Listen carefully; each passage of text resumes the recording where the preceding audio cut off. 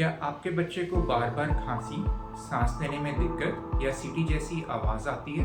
Childhood asthma क्या होता है? यह एक क्रॉनिक कंडीशन है जिसमें लंग्स बार बार इन्फ्लेम हो जाते हैं। ट्रिगर्स हो सकते हैं डस्ट, कोल्ड एयर, एक्सरसाइज या इवन लाफ्टर।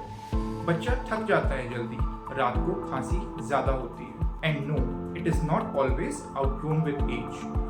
पेरेंट्स के लिए quick tips: inhaler always ready रखें, ट्रिगर्स आइडेंटिफाई करें, बच्चे को अस्थमा एक्सप्लेन करें, स्केयर नहीं करें, रेगुलर चेकअप्स ज़रूरी हैं।